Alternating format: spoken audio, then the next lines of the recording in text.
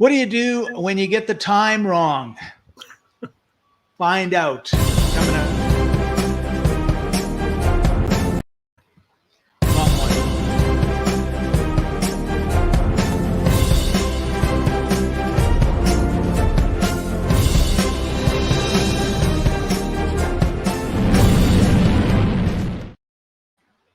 All right, I'm Scott, your host. This is Books Cafe, and Chaffee-Thanh Nguyen, you are our co-host, our co-hostess with the mostest. No, that's not right. They're co-host with the most.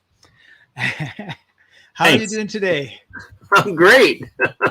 Other than this whole time thing. Well, and not only that, the time changed. That's right. So, but it doesn't change in Ecuador where I am. So it's everything has. Yeah, so everything has changed, even though it's changed. Everybody else has changed, and that has totally confused me as terms of when we're actually doing our show today. So with that, I'm going to move it down to the right time for now on. It's 5:30 Eastern Standard Time is when we normally start, and today we're starting earlier because our platform and Facebook say they're going to delete us if we don't start when we say we're going to start instead of a half an hour later than when we scheduled. So having got all that out, we like to talk about books, and we always want to remind people to check out our sponsor, free-ebooks.net. You can get 5 free ebooks every month.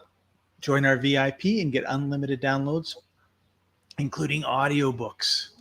And so, Chaffee, if you ever did an audiobook, would you read it or would you hire a voice actor like myself? Well, you know, let me put my attorney hat on and say it depends. So the majority of books that you don't write because you hire somebody else to write for you should be I would hire somebody else to do it because it's faster. That said, if it's something that I personally wrote that represents me or my brand, it's like my book, my branding book, then that's something that I would read. And that's what I would say on a very rare or smaller occasion, because most of the books that I would recommend doing, I would get other people to write to do. And, depending on, doesn't that defeat the whole purpose of being an author? No. Well, if you think about it, let's what you're saying is, like, we've got Thanksgiving coming up in a few weeks, right? Yes. So what you're saying is, if it was me making Thanksgiving dinner doing what I just told you about with the books, that would be the same as me raising the turkeys, growing the potatoes, growing the corn and the potatoes, actually making the plates and the glasses, going to a winery and raising my own grapes and then stomping them with my feet and making my own wine. Whereas what you say is you just go to the store, buy everything, put it in the oven, cook it, and you're done. Well, if you can do everything that you just said, which is raising and doing all that kind of stuff, power to you, because that ain't for me. So, and yes, if you think about it, though, like, think about all the books of, like, the past presidents and all the famous celebrities. They're not really authors, right? Even like sports people, like, basketball players and football players, they don't really write their own books. All of their books are either co-written or ghost-written by somebody else. They're just the face, and they might tell some stories, only somebody else is actually taking those stories and putting them into chapters and books and stuff. So they don't really do anything, right? And so most of the books are probably going to be, or could be, that way if you really wanted to. Right. So, it's an interesting. I was going to say the exception is if you're like a Stephen King or like a science fiction author or something, where you're writing a whole series of books, and that's you, right? That's your the Harry Potter book series, right? I mean, she wrote those. But books. Stephen King, he outsources his writing now. He does comes up with, now. Now, in the beginning, he didn't. Yeah, no, it's not how he started. He's a freak show, by the way. His mind is crazy. It's like the stuff he comes up with. It's like, holy mackerel. Yeah, like that clown in the gutter is really scary. So what you're saying is that there's two ways to write a book: the easy way and the hard way. And everybody teaches the hard way, which is sit in front of your computer, a romantic way, right? You sit in front of your computer, you've got the wood fire going on, you're in the log cabin in the middle of the wilderness all by yourself. No wonder people write such good horror stories. Well, I would say, Scott, that's actually the traditional way of writing a book, right? That's the way that for centuries people have written books, which is they're the author. They sit down and they, on their typewriter, right? Because they didn't have computers back in the day, sit down and I learned actually to type on a typewriter too. And so you have this vision of an author with this stack of empty papers.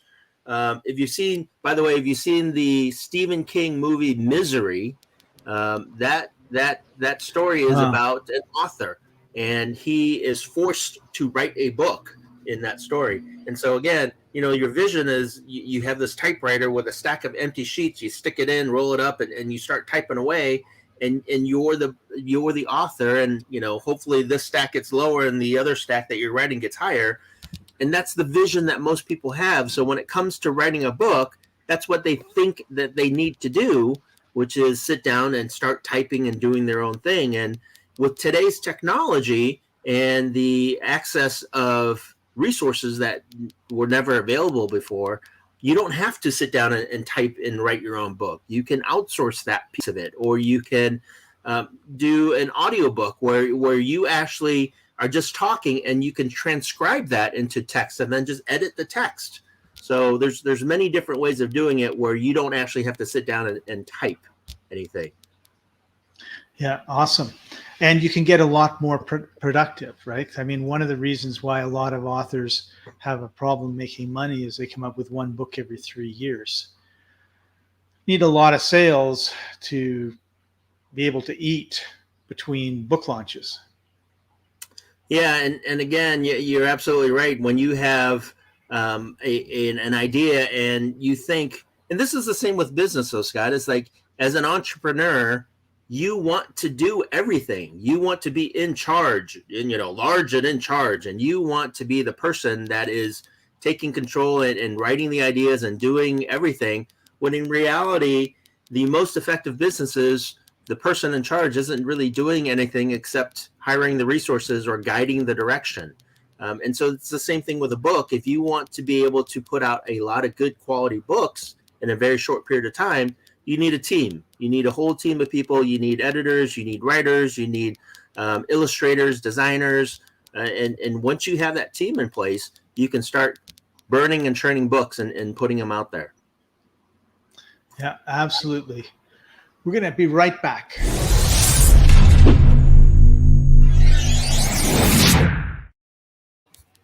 And we're back. Woohoo! Thank you for your commercial break. It was quick. Did you bring your Halloween book? We're just a couple weeks past Halloween. You're working on a Christmas book, but you have a Halloween book done. Ooh, so how does that look? It looks good. Like, what an original title, Halloween.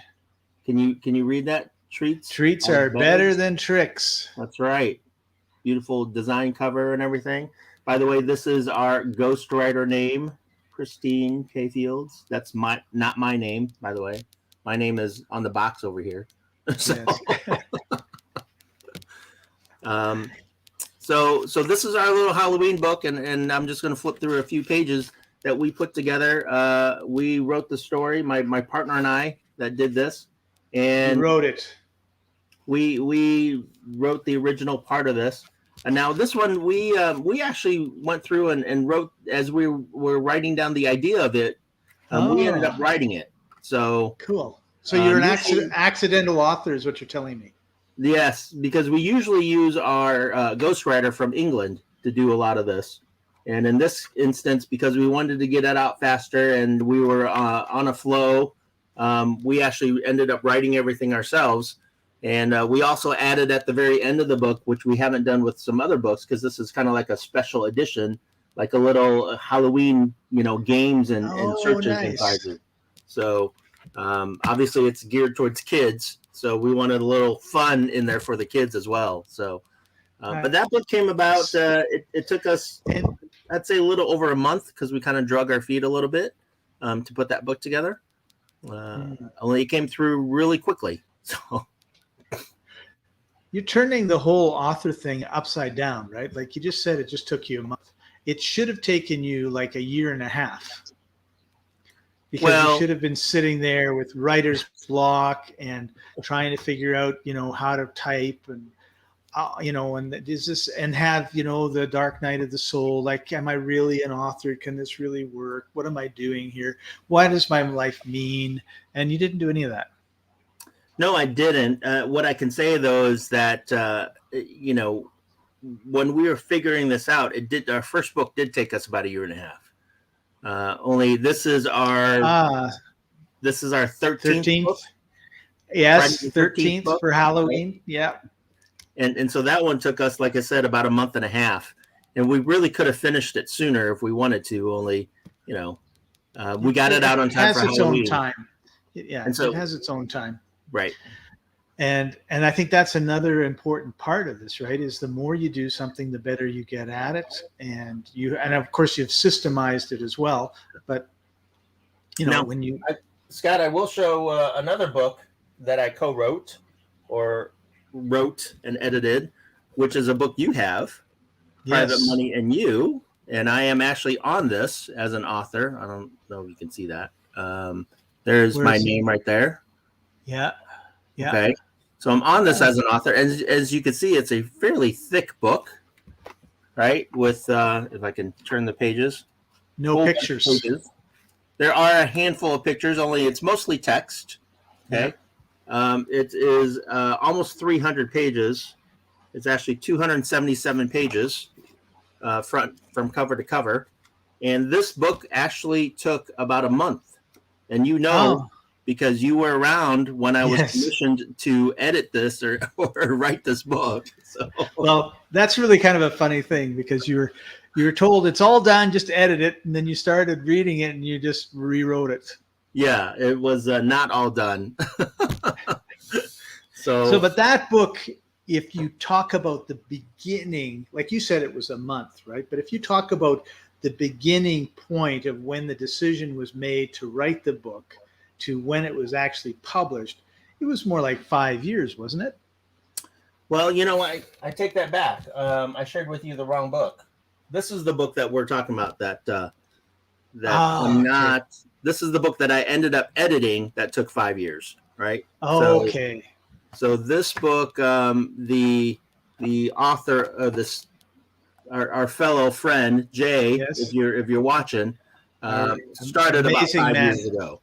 Yeah. So Jay had this idea about 5 years ago of writing a book, and he had actually hired some people. I think I was actually the fourth person as the editor, and I went through and discovered that it was not edited in any real form or fashion.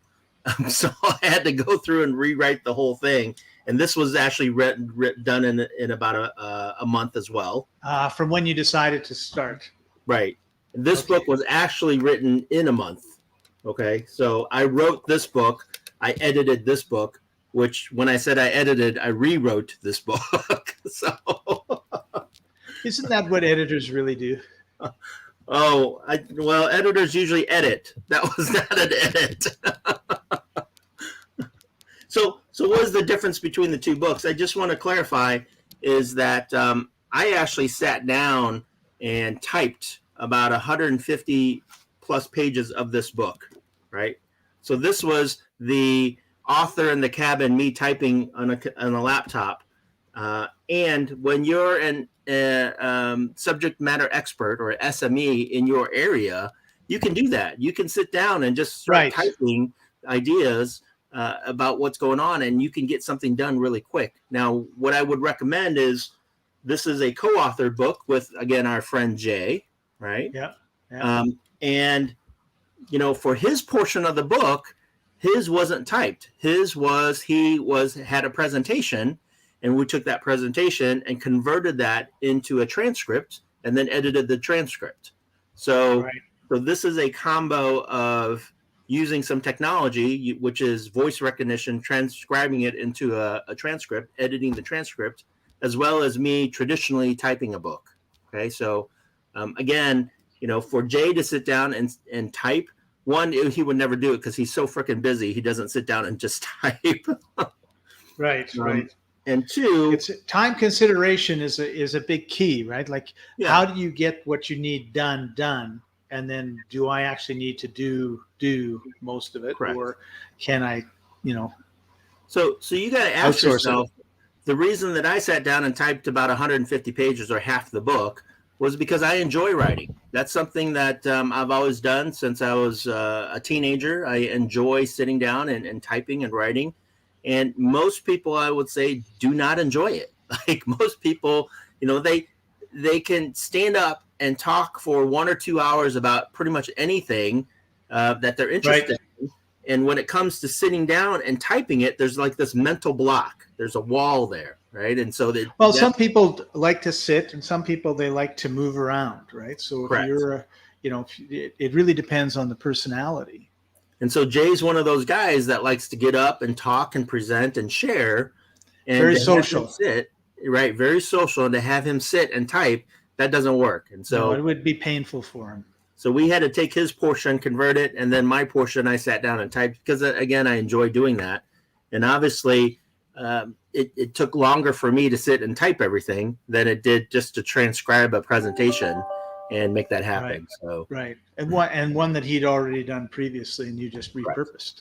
Right. Which actually repurposing is a kind of an interesting topic, because when you the other part of this is, people think, well, I'm going to write something, and they write it and then they use it once and they never use it again. And it was about 10 years ago, actually. I went to the library, and I do a lot of copywriting. Okay. So I was looking in the library, and there's a book by Bob Bly, who's a very prominent copywriter. And I thought, oh, cool. Right. And the book was like 20 years old, right? It was beat up and everything else. So I take it and I'm starting to read it. Around the same time, the copywriting people that I follow, AWAI, came out with a product, and part of it had a talk by Bob Bly. So I said, okay, great. So I'm driving around. I've got the CD in my car. I'm listening to the CD. I've got this book by Bob, and I'm thinking, yeah, he's got a website. I should go to the website. And he had a blog, and he had all these articles on this blog. So I printed them off. And so sometimes I would go someplace with the paper and I would just read his blog. Sometimes I'd take the book. Some driving, I'd be listening. And after a while, it's like, I heard this before, or I read this before. I recognize this. Where did I? And then I realized that everything that was in his book was broken down into blog posts on his site, and then he read them all and turned it into a CD. And this is over 20 years, right? I don't know when he did the blog posts, but I know the CD was supposed to be new, and I know the book was 20 years old. And, we don't often think about organizing what we do and then repeating it, because we have generational changes, right? Like someone who read your book, 10 years ago, well, let's say your children's books when they were kids, when they grow up, they'll go into the store, they'll see them, they'll buy them for their kids, right? And it just gets used over and over because the book's not going to survive, from when you're a kid to when you have kids. I have an example of exactly what you're talking about, though, Scott, by the way, I think. Well, if you have an example, Chaffee, could you share it? Why don't I share it to you? Wait. Before you share it, you have just this one thing. Okay. Like, share, and subscribe. Yes. Okay. And by the way, if you have any comments or questions, make sure you put it in the chat, and we'd love for you to answer any questions that you might have. So this, by the way, was my first book I wrote back in 2012. So this is almost a 10-year-old book that I wrote. Wow. And this actually book took 2 weeks. And it took 2 weeks because in the 2 weeks that it took to write it, I had a live event that I was putting on marketing. So I'm like, well, we can use a book as marketing. So why don't I go ahead and write a book and use that as a live example in my 3-day marketing class that I was teaching, right? So, right. And what I ended up doing, if you read this book, let me pull this content table. Here's the table of contents. I don't know if you can see that. Okay. There you go. Yeah. So Can't the read table it, of but go ahead. contents is broken up into how many chapters there? Somewhere, I got 17 chapters. I think it was like 20, a total of 26 chapters. Okay. Well, what happened was that I wanted to promote my marketing event, and I wanted to share marketing tips and strategies. And so I actually wrote 20 emails and put it into what we call an autoresponder. So if you joined my marketing list every single day or every single week, you would get a series of emails, and you would get 20 emails. What 20 emails did you get? Well, you got these 20 emails, the first 20 emails, right? And each email was about, let's see, depending on the email here. So here's chapter 4, that starts chapter 4. This is the beginning of the email, right? And so chapter 4 is only 2 pages long, right? Because that's how long the email was. And obviously I took out, any websites or anything. So I took the content of the email and I put it into this book. And then obviously I added an extra 6 chapters, which is 6 more tips.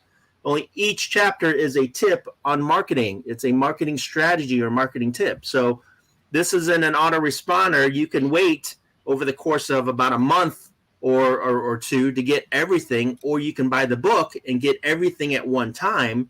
And so not only do I have each chapter as an email, I've taken some of those chapters and converted those into blogs. And so now I wrote an email with the content. I took those emails, put them together, made a book, and then I also slightly edited it and made them into blog posts and put them on my website. So that's how you're saying, as you said, Scott, reusing content, reusing data over and over again. I only had to write it one time. Neat. All right. So this brings us to, we're getting low on time now. This brings us to a special segment that we've got, and it is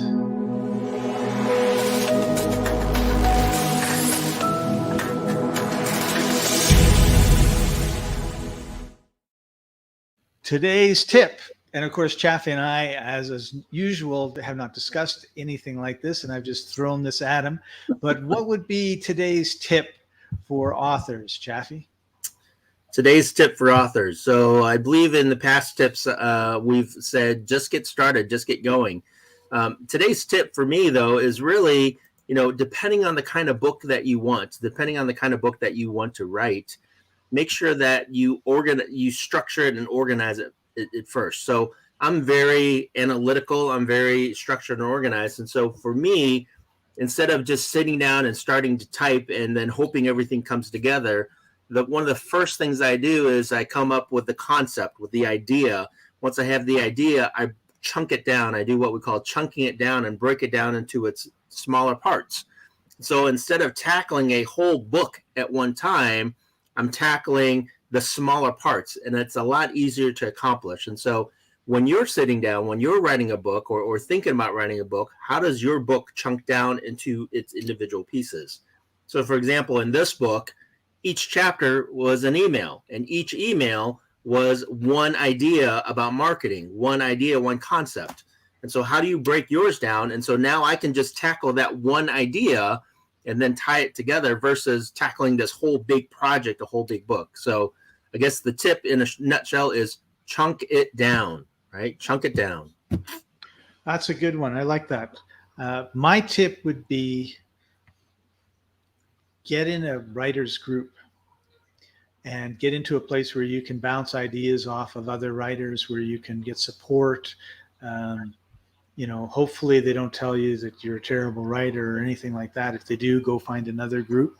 But I think one of the things that really helps people is being part of a community. We can be an online community. There's lots of Facebook, I'm sure, writers groups. Go to free-ebooks.net. We happen to have a Facebook group. I mean, you could join.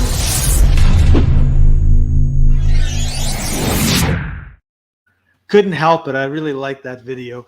And but even better, now that things are sort of loosening up a bit and people are moving around, is go to the local library, see if they've got a writers group, or if you can get together in a coffee shop once a month, once a week, whatever it is. I think that you'll really find that inspiring, and then actually do the work. Of course, Scott, along with that tip is make sure that you tune in every week to this podcast so that you can share and Exactly. ask questions, right? Yeah. Yeah, you need to be part of a community. It's really hard doing something alone. And then when you get an idea, it's like it often comes because it's sparked from something someone else said or something you've watched or read. It's very rare that you have people, sitting in a meadow on a sunny day, closing, humming and closing their eyes and having a book magically appear in front of us. It doesn't usually work that way. It takes the work.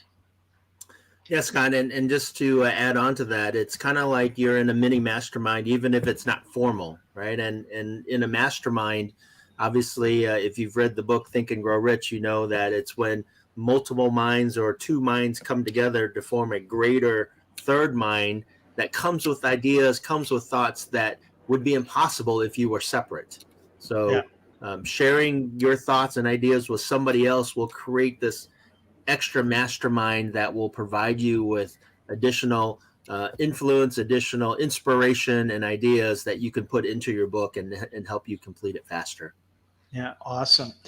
Well, Chaffee, we've come to the end of our time together today. Thank you so much for joining us as usual, and appreciate you a lot. Everybody, make sure that you like, share, subscribe, hit the bell. If you've got any questions, pop them in here. I get an email from YouTube or Facebook saying there's a question, and we'll make sure we answer those in an upcoming episode. Every Wednesday, 5:30, even though it wasn't the case this week, 5:30 Eastern, 2:30 Pacific, 4:30 Chicago time, and 3:30 Mountain time. I have no clue what it is in the Philippines or the UK, so you're on your own there.